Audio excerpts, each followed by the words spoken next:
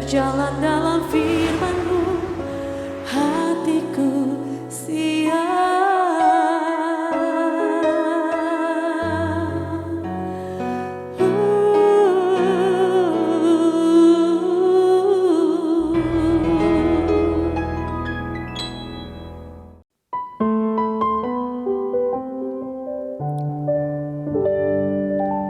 Salam, God lover yang dikasihi oleh Tuhan Yesus. Apa kabarnya? Kiranya semua dalam keadaan sehat. Kita kembali bersama program Raise and God akan memandu kita, akan menemani saudara-saudara untuk menaikkan syukur kita kepada Dia, untuk merenungkan kembali firman Tuhan, berdoa bersama-sama. Ini waktu yang sangat baik kalau kita boleh datang kepada Tuhan. Apapun masalah yang sedang saudara hadapi saat ini, mari kita bawa kepada Tuhan. Itu langkah yang terbaik, karena Tuhan Yesus sendiri sudah menawari kita. Marilah kepadaku semua yang letih lesu dan berbeban berat, aku akan memberi kelegaan kepadamu. Apapun yang membuat engkau tertekan, apapun yang membuat engkau menjadi letih lesu, hidupmu menjadi berat, kenapa tidak dibawa kepada Tuhan? Karena Tuhan ingin memberimu kelegaan. Mari hampiri Dia dalam doa. Bapa di surga, kami ucap syukur karena di dalam Yesus Kristus kami semua ada dalam anugerah yang begitu luar biasa. Kami boleh menghampiri Engkau, tidak hanya dengan pujian penyembahan kami, tetapi Tuhan juga peduli dengan semua persoalan hidup kami. Kami saat ini datang kepadamu Bapa. Kami membawa segala sesuatu yang membuat jiwa kami menjadi letih lesu, yang membuat hidup kami menjadi berbeban berat. Kami sangat percaya dalam hadirat Tuhan, kami akan mengalami kelegaan, kami akan mengalami kekuatan yang baru, bahkan jalan keluar untuk mengatasinya. Kami persembahkan kurban pujian kami, penyembahan kami kepadamu. Engkau layak menerima yang terbaik dari seluruh hidup kami. Dalam nama Tuhan Yesus kami berdoa. Amin.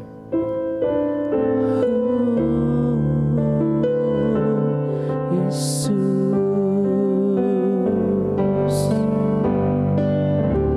walau ku tak dapat melihat semua rencana-Mu Tuhan, namun hatiku tetap memandang padamu. Kau tuntun langkahku, walau ku tak dapat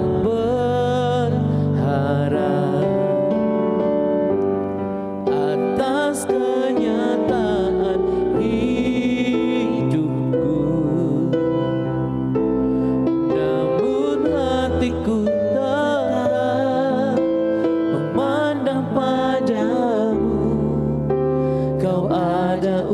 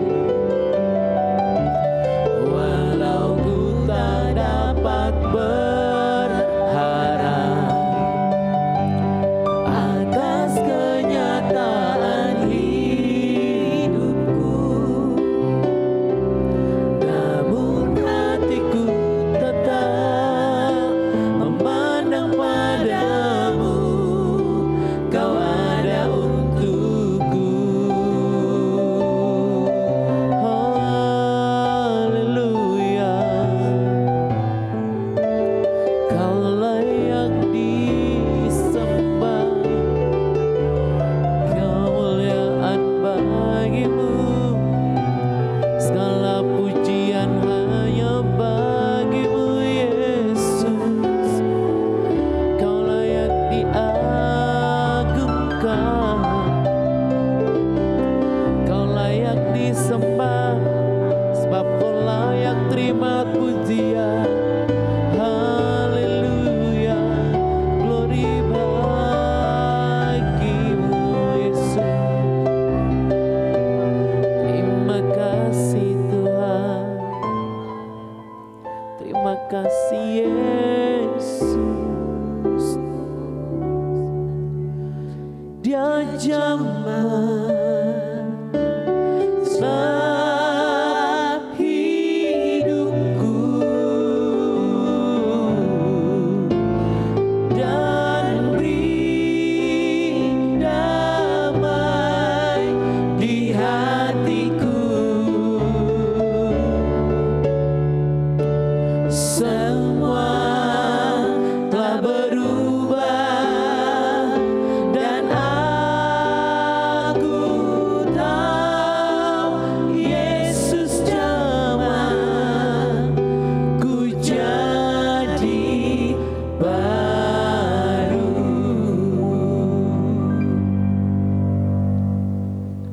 Saudara-saudara, kita akan sharing firman Tuhan, tapi sebelumnya kita akan mendengar dulu ada pertanyaan atau permohonan doa begitu yang terkait dengan sharing kita saat ini. Ada? Silakan. Iya, ada Pak. Ini permohonan doa ya Pak. Ya. Mohon dukungan doanya, saat ini pekerjaan saya sedang mengalami banyak pencobaan, supaya saya tetap hidup benar dan tetap mengikuti tuntunan Tuhan. Demikian Pak. Sebuah permohonan yang sangat bagus ya. Karena waspada.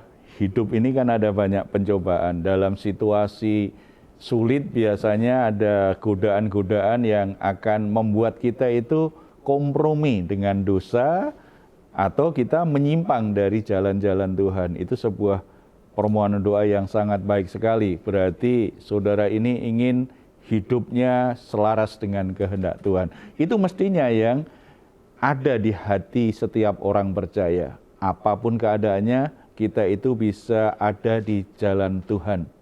Hidup ini kan sebuah perjalanan. Dalam perjalanan itu ada awal tetapi juga ada akhirnya. Bagaimana kita mengawali dan bagaimana kita mengakhiri, itu sebuah proses di pertengahan itu yang menentukan akhirnya seperti apa. Kita kenal cerita, biasanya kita senang sebuah kisah, film atau novel gitu kalau diakhiri dengan happy ending, akhir yang bahagia. Kita senang dan kita pasti juga merindukan kita mengalaminya. Tetapi bagaimana itu terjadi? Bagaimana kita ini sebelum masuk kuburan, kita semua kan akhir hidup kita pasti kuburan. Pasti meninggal gitu ya. Kita menuju kematian gitu ya. Tetapi bagaimana kita mengakhiri hidup kita masuk dalam kematian, itu sebuah kisah bahagia. Sebuah kisah yang membuat kita itu dikenang oleh anak cucu atau sahabat-sahabat kita dengan kenangan yang indah. Kenangan yang menginspirasi hidup mereka. Itu sangat penting sekali. Dan pastinya setelah kita meninggal, kita ada sebuah kepastian. Kita berkumpul bersama dengan Tuhan. Kita akan lihat sebuah kisah, sebuah kasus dari kisah bangsa Israel. Ternyata orang-orang yang keluar dari Mesir itu hanya 2 orang yang bisa masuk ke tanah perjanjian. Karena pemberontakan mereka, akhirnya Tuhan mengampuni dosa mereka tetapi tetap mendisiplin mereka. Mereka tidak boleh masuk tanah perjanjian. Yang boleh masuk tanah perjanjian hanya generasi baru yang lahir di padang gurun. Orang-orang yang keluar dari Mesir tidak diperkenan oleh Tuhan. Bagaimana mereka mengakhiri hidupnya ternyata sangat menyedihkan sekali. Keluar dari Mesir dengan kisah bagaimana mereka ditolong Tuhan, dibebaskan Tuhan. Perjalanan hidup yang luar biasa 40 tahun di padang gurun, kisah yang begitu luar biasa, kisah yang penuh dengan keajaiban, penuh dengan mujizat Tuhan, kisah peperangan yang sangat heroik sekali. Tetapi sayangnya mereka begitu sudah ada di perbatasan tanah perjanjian, kisah yang menyedihkan sekali. Nah, kita akan belajar dari kisah mereka supaya kita menjadi bijaksana, tidak mengulangi kesalahan mereka. Bilangan pasal yang ke-14. Kalau kita baca ayat 26 sampai 45, kita akan dapat gambaran yang seperti itu. Ayat 1, kalau kita pelajari ayat 1 sampai ayat yang ke-10 ya, kita tahu bagaimana bangsa Israel memberontak Allah. Itu sudah kesekian kalinya, jadi itu bukan pertama kali. Lalu Musa menghadap Tuhan, mewakili bangsa itu di hadapan Tuhan, menaikkan doa syafaatnya, mohon belas kasihan Tuhan supaya mengampuni mereka. Tuhan mengampuni, tetapi Tuhan tetap menetapkan disiplin yang tegas. Oke, aku ampuni mereka, tetapi mereka tidak akan masuk tanah perjanjian. Sebenarnya itu sebuah peringatan dan disiplin yang membuat mereka sadar. Oh, ternyata kami nggak bisa main-main dengan Tuhan nih. Tuhan mengampuni kami, bukan berarti setelah itu kami bisa main-main dengan Tuhan. Tidak. Ada banyak orang itu seperti bangsa Israel nih. Tahu kena disiplin Tuhan karena dosa-dosanya, karena pelanggarannya, tetapi sikapnya seperti bangsa Israel. Ini namanya bebal, tegar tengkuk. Bangsa Israel tetap memaksa untuk masuk tanah perjanjian. Akibatnya mereka habis, dikalahkan oleh orang-orang Amalek. Nah, kita akan pelajari ini ya. Kalau kita coba, kita baca ayat 39, 40. Setelah Musa menyampaikan perkataan ini kepada semua orang Israel, maka berkabunglah bangsa itu dengan sangat. Dan keesokan harinya bangunlah mereka pagi-pagi, hendak naik ke puncak gunung sambil berkata, sekarang kita hendak maju ke negeri yang difirmankan Tuhan itu. Memang kita telah berbuat dosa. Saudara perhatikan, ini lucunya bangsa Israel ini. Mereka dengar peringatan Tuhan. Mereka dengar dari Musa bahwa Tuhan tidak memperkenankan mereka masuk tanah perjanjian. Karena kekerasan hati mereka, pemberontakan mereka selama ini. Mereka berduka cita. Mereka sedih sekali. Di ayat 39 kan, di situ dikatakan apa? Berkabunglah bangsa itu dengan sangat. Mereka berkabung, berarti sangat berduka cita. Mereka sedih, kelihatannya menyesal banget kan. Wah, ternyata Tuhan itu marah ya dengan kita ya. Tuhan itu menghukum kita ya. Mereka berkabung, mereka sedih sekali. Tetapi itu hanya beberapa jam saja. Mereka tidur, paginya mereka mulai berkumpul lagi. Kita akan serang bangsa itu. Seperti yang difirmankan Tuhan, bahwa kita akan masuk tanah perjanjian. Kita akan mengalahkan bangsa-bangsa yang ada di situ. Kita akan menang. Kelihatan rohani ya. Kelihatan rohani. Mengutip ayat Tuhan. Tetapi mereka tidak mau bertobat. Mereka tahu bahwa mereka nggak boleh masuk tanah perjanjian. Tetapi mereka coba memakai ayat firman Tuhan untuk membenarkan sikap mereka, memaksakan diri untuk masuk tanah perjanjian. Ini orang-orang yang sadar dia salah, dia berdosa, dan kelihatannya menyesal, tetapi sebenarnya tidak sungguh-sungguh bertobat. Mungkin kita pernah dengar orang yang lakukan dosa, diingatkan nangis-nangis. Atau dalam KKR dengar khotbah, setelah itu nangis-nangis. Altar call, dia akhirnya datang ke depan nangis-nangis.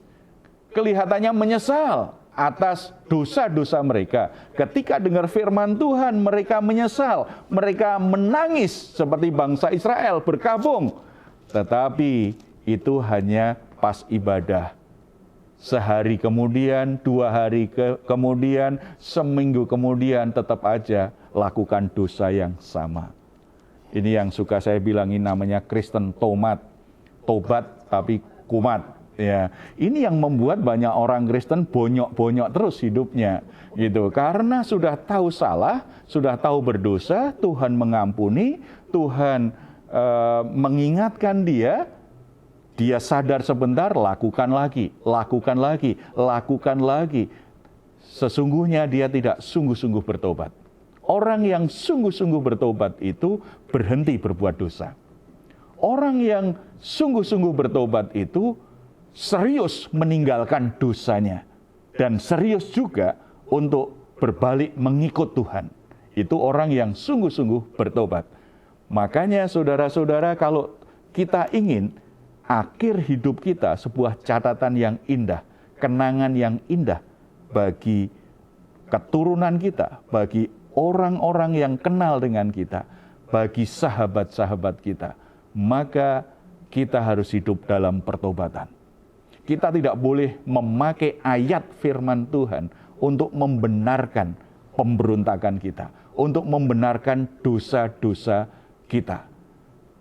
Hal yang lebih jahat menurut saya, orang melakukan dosa tetapi atas nama kebenaran. Orang melakukan dosa dengan cara mengutip ayat, cari pembenaran dari ayat kitab suci. Itu lebih jahat daripada orang yang tidak kenal Tuhan. Karena dia tidak hanya berbuat dosa, tetapi dia menghina kekudusan firman Tuhan. Itu lebih jahat. Oleh sebab itu, sebagai orang Kristen, kita sudah dengar khotbah banyak sekali. Kita sudah baca Alkitab, mungkin dari Kejadian sampai Wahyu, kita sudah berulang-ulang. Saya kenal beberapa orang bangga karena sudah membaca Alkitab selesai dari Kejadian sampai Wahyu sampai 5 kali, sampai 7 kali, sampai 10 kali. Itu sangat baik. Cuma masalahnya ayat-ayat Alkitab yang ada di kepala kita, yang pernah kita baca, yang sering kita ucapkan, itu sungguh-sungguh kita taati atau tidak. Membuat kita semakin hidup dalam pertobatan atau tidak. Membuat kita semakin menghasilkan buah-buah pertobatan atau tidak. Betapa jahatnya kita kalau kita memakai ayat untuk membenarkan perbuatan kita yang berdosa. Kalau kita baca tadi kembali ayatnya ya, Musa mengingatkan mereka di ayat 41, 42. Tetapi kata Musa, mengapakah kamu hendak melanggar titah Tuhan? Hal itu tidak akan berhasil. Janganlah maju sebab Tuhan tidak ada di tengah-tengahmu, supaya jangan kamu dikalahkan musuhmu. Kita perhatikan di sini Musa sebagai pemimpin mengingatkan bangsa Israel. Yang pertama, Musa mengingatkan mengapa bangsa itu mau melanggar perintah Tuhan. Sudah berulang-ulang mereka melanggar perintah Tuhan dan selalu berakhir dengan tragedi, berakhir dengan kekalahan. Musa mempertanyakan lagi mengapa mereka masih mau melanggar titah Tuhan, perintah Tuhan. Musa juga mengingatkan bahwa kalau mereka memaksakan diri, mereka akan kalah karena Tuhan tidak menyertai mereka. Musa mengingatkan, kalau dulu dalam banyak peperangan kita itu menang. Ingat, bukan karena kita hebat, bukan karena kita pandai berperang, karena Tuhan berperang bersama dengan kita. Tuhan menyertai kita. Tuhan ada bersama-sama dengan kita. Musa mengingatkan, mereka adalah bangsa budak. Mereka tidak dilatih untuk berperang. Untuk berperang itu sesuatu yang sulit bagi mereka. Kalau mereka berhasil menang, sepenuhnya karena Tuhan menyertai mereka. Saudara-saudara, bagian kedua ini harus jadi catatan penting. Ada kalanya kita itu ngeyel, kita itu memaksakan diri. Lalu tadi cari pembenaran dari ayat Alkitab.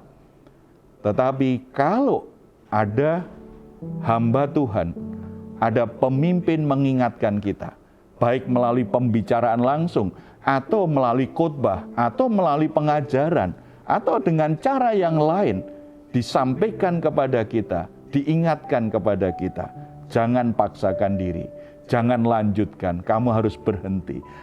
Mereka mengingatkan kita untuk tidak melanggar perintah Tuhan, jangan mengeraskan hati. Kalau kita mengabaikan peringatan Tuhan yang disampaikan oleh hamba-hambanya, maka akhir hidup kita seperti bangsa Israel, kekalahan demi kekalahan. Dan itu sebuah tragedi. Dibebaskan Tuhan tetapi tidak sampai masuk tanah perjanjian. Padahal sudah di perbatasan. Tidak menikmati puncak janji Tuhan atas hidup mereka. Itu sangat menyedihkan sekali. Mereka memaksakan diri dan ini yang terjadi. Ini yang terjadi ayat 44 sampai 45. Meskipun demikian mereka nekat naik ke puncak gunung itu, tetapi tabut perjanjian Tuhan dan Musa juga tidak meninggalkan tempat perkemahan. Lalu turunlah orang Amalek dan orang Kanakan yang mendiami pegunungan itu dan menyerang mereka. Kemudian orang-orang itu mencerai-beraikan mereka sampai ke Horma. Benar-benar mereka mengalami kekalahan. Begitu mudah dikalahkan oleh orang-orang Amalek, kekalahan. Pertanyaannya sekarang, apakah saudara ingin mengakhiri hidup saudara dalam kekalahan? Apakah saudara ingin mengakhiri hidup saudara dengan sebuah tragedi kehidupan? Apakah saudara ingin mengakhiri hidupmu dengan catatan sebagai orang yang gagal, sebagai orang yang masuk dalam kelompok orang kalah, pecundang, orang-orang yang tidak punya kebanggaan karena ada begitu kekalahan yang luar biasa dalam hidup ini? Tentu saja kita tidak mau itu terjadi dalam hidup kita. Oleh sebab itu, yang pertama kita harus hidup dalam pertobatan. Kalau kita sadar kita sudah berbuat dosa, cepat bertobat. Nah, kalau bertobat itu sungguh-sungguh mau berubah. Jangan hanya menangis. Menangis tidak tanda orang bertobat. Walaupun tangisan kita itu sangat keras sekali, tetapi menangis itu bukan tanda pertobatan. Tanda pertobatan adalah perubahan hidup, meninggalkan dosa dan mulai mengikut Tuhan. Itu yang namanya bertobat. Menangis itu baru tersentuh emosinya. Tersentuh emosinya harus dilanjutkan dengan sebuah keputusan dan sebuah perbuatan. Meninggalkan dosa, berbalik, mengikut Tuhan. Itu yang namanya bertobat. Dan yang kedua, jadilah orang yang terbuka terhadap teguran, terhadap nasihat, terhadap bimbingan. Sebab kalau tidak, maka kita sedang mengarahkan hidup kita pada kegagalan demi kegagalan, kekalahan demi kekalahan. Pastikan perjalanan hidup kita disertai Tuhan. Apapun keadaanmu, kalau Tuhan menyertai, maka akhirnya adalah kisah happy ending. Ada kemenangan, ada kebaikan, ada sesuatu yang mulia, dan hidupmu akan dikenang sebagai orang-orang yang menginspirasi, yang membuat orang semangat, membuat orang cinta Tuhan, kenal Tuhan. Kita bersatu dalam doa. Bapa di surga, kami sungguh bersyukur firman-Mu mengingatkan kami bahwa akhir hidup kami sangat ditentukan bagaimana sikap kami menjalani hari-hari yang kami lalui. Bapa, kami berdoa supaya kami semua dikuatkan untuk bisa masuk dalam pertandingan kehidupan ini dengan cara yang benar. Dan ketika kami mengakhiri pertandingan, kami adalah orang-orang yang berkemenangan di dalam Tuhan. Kami adalah orang-orang yang berhasil di dalam Tuhan. Kami adalah orang-orang yang mampu mempertahankan iman kami di hadapan Tuhan di tengah-tengah dunia yang begitu jahat. Roh Kudus menjamah setiap hati. Ketika kami disadarkan ada kesalahan, ada dosa, ada pelanggaran, ada kejahatan, Roh Kudus jamah agar kami menyadari akan hal itu. Agar kami sungguh-sungguh menyesal akan dosa-dosa kami. Agar kami punya tekad yang kuat untuk meninggalkan dosa-dosa kami. Tidak hanya menyesal, tidak hanya menangis, tetapi kami sungguh-sungguh ada tekad yang kuat untuk meninggalkan dosa-dosa kami, berbalik mengikuti jalan-jalan Tuhan. Tuhan, kuatkan hati anak-anak-Mu yang ingin bertobat.